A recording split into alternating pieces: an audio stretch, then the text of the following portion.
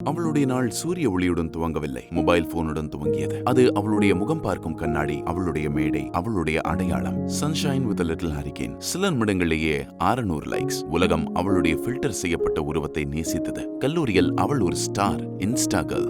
ஆன்லைனில் இருந்த அவளுடைய வைபை அனைவருமே ரசித்தனர். வீட்டில் அவளுடைய பெற்றோர் இருவரும் பிஸியாக இருந்தார்கள். அப்பா ஜூமில், அம்மா தன் வேலையில். யாரும் அவளை கவனிக்கவில்லை. அவளுக்கு நிலையான ஒரே துணை அந்த ஒளிரும் ஸ்கிரீன் தான். Scroll, post, smile, repeat. உண்மையான உரையாடல்கள் எதுவுமே இல்லை. அவளுடைய பாட புத்தகங்கள் தூசி படிந்தது. அவள் கனவுகளைப் போலவே. பாடங்களுக்கு பதிலாக லைக்குகள், வகுப்புக்கு பதிலாக கமெண்ட்டுகள். தேர்வு முடிவுகள் பட்டியல் வெளியான நாளில் அவள் மனமுடைந்து போனாள். அவள் ஃபெயில் ஆகிவிட்டாள்.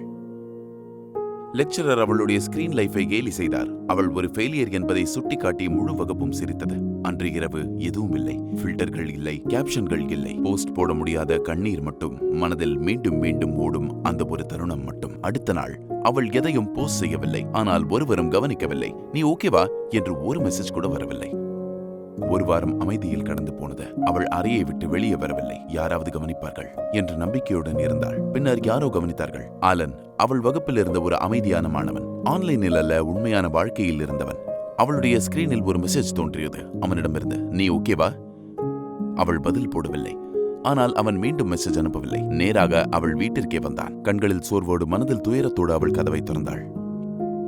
இல்லை என்று மெதுவாக சொன்னாள். நான் ஓகே இல்லை. அவள் இறுதியாக அனைத்தையும் வெளிப்படுத்துகிறாள். அந்த வெறுமையை, அந்த போலியான ஃபில்டர்களை, அந்த தோல்வியை. ஆஃப்லைனில் நான் இல்லவே இல்லை என்பது போல உணர்ந்தேன் என்றாள். ஆலன் மன அழுத்தத்தில் இருந்த மற்றவர்களையும் ஒன்று சேர்த்தான். மொபைல்கள் இல்லை, உண்மையான உரையாடல்கள் மட்டுமே. அதற்கு அவன் வைத்த பெயர் தி ஆஃப்லைன் கிளப். அவர்கள் தங்கள் கதையை பகிர்ந்து கொண்டனர். அழுத்தம், ஸ்கிரீனுக்கு பின்னால் மறைந்திருந்த கண்ணீர். இங்கே எவரும் மற்றவர் பற்றி மதிப்பீடு செய்யவில்லை. போலியாக நடித்தல் இல்லை. ஜியா மீண்டும் தன் பாடப்புத்தகங்களை எடுத்தாள். லைக்குகளுக்காக அல்ல, மார்க் வாங்குவதற்காக அல்ல, தனக்காக. இந்த முறை அவள் தேர்வை மட்டுமல்ல, தன் பயத்தையும் சந்தோஷத்தையும் கடந்து வெற்றி பெற்றாள். அவள் சிரித்தாள், தனக்காக.